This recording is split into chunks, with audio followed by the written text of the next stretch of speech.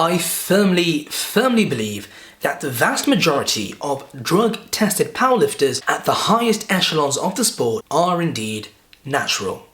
And over the course of this video, I'll provide a bunch of reasons to show you why that is the case. But before I get to that, I have got to get a massive rant out of the way.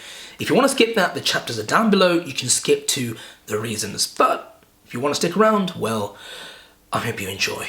It's an easy cop-out to say that anybody remotely strong has to be on steroids. In fact, I was in the camp of trying to convince myself of that very fact, but I've since come to resent that mindset. Firstly, I think it's simply an underhanded way of trying to preserve one's own ego. Instead of admiring the heights that some people have attained and then striving to attain those very same heights ourselves, we instead try to bring them down by accusing them of having used less than honest means. And it goes beyond just a mere accusation.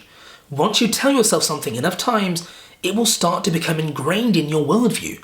So much so that you start to view anybody who's better than you as a bad person. This is the essence of hate culture, as I like to call it. Rich people are despised, not because they're any worse than anybody else on a fundamental level, but rather just for the privileged position that they're in. I'm willing to bet that no critic of the wealthy would behave any differently to them if they were in those exact same positions. Much like people who despise the wealthy, a lot of mediocre, lifetime intermediates who keep on spinning their wheels in the mud will look up to these elite powerlifters, elite bodybuilders, and say, well, if they're so much stronger, if he's pulling 1,000 pounds, well, he must be on steroids. And if I took steroids too, I could get where he is as well. No sir, you probably couldn't. I think what most people fail to realise is that genetics and training combined have a much greater effect on your total strength than drugs ever could. Now, I'm not an expert on drugs, of course not, but that being said, there is plenty of empirical data out there that you can go and sort through, have a look at the effects that steroids really have on your population, and I will get to all of those numbers in this video, so stick around and you will see why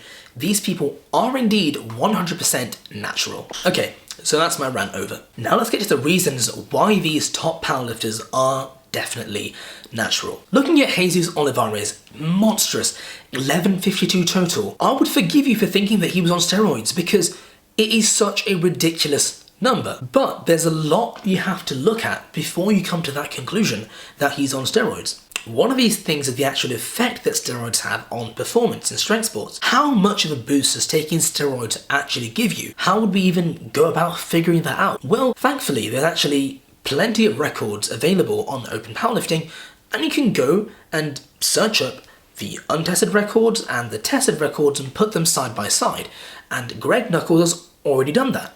And what he found was, across all weight classes, tested to untested, you get about a 10% difference in the record, and in some classes, the untested record is higher than the tested record. Now, from these charts, I'd say it's pretty evident that steroids don't really do all that much for strength. So, I said there was about a 10% difference based on the tested and untested records. So these are the top tiers of performance, at the highest level, about a 10% difference.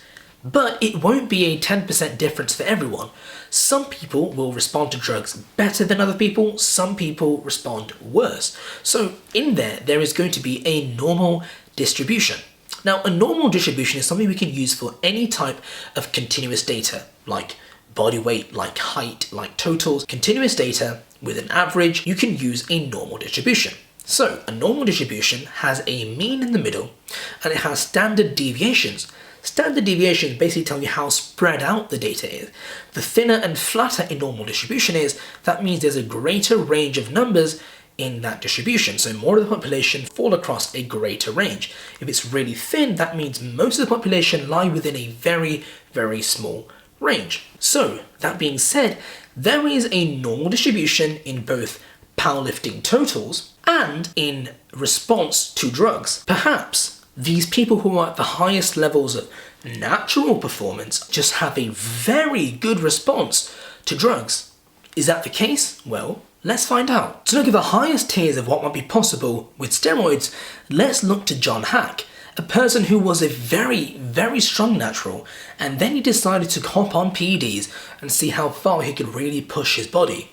So, when he was natural at a body weight of around 83 kilos, he totaled 813 kilos. And then he hops on PEDs, he gains a bit of body weight, goes up to about 90 kilos, and now he can total 1,022 kilos, which is just monstrous.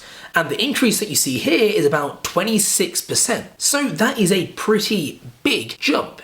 Given that this 90 kilo lifter was able to lift 1,022 kilos with the help of PEDs, how then can I say that Jesus Olivares genuinely hit a 1152 total? How can I defend that? Well, there's a couple things. First of all, Jesus has a much bigger frame. He is naturally a bigger guy. While John Hack's natural body weight would leave him around 80 to 90 kilos in powerlifting competitions, Jesus walks around at a much heavier body weight of around 180 kilograms. So this is more than twice as much as John Hack. So he has much bigger joints. He has a bigger frame. He's taller.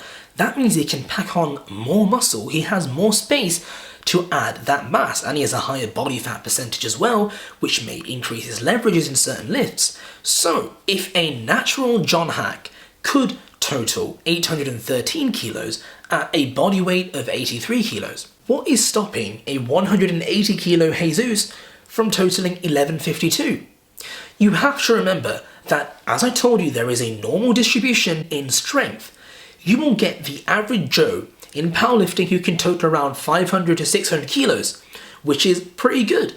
But as you go further and further and further into the extreme standard deviations, you will find ridiculous outliers, and they will be found in any population. You will get extreme outliers. Let's just take height, for example. The average height's around 5'10". You get people who are far, far above that. People with acromegaly, people who have reached 8 foot plus.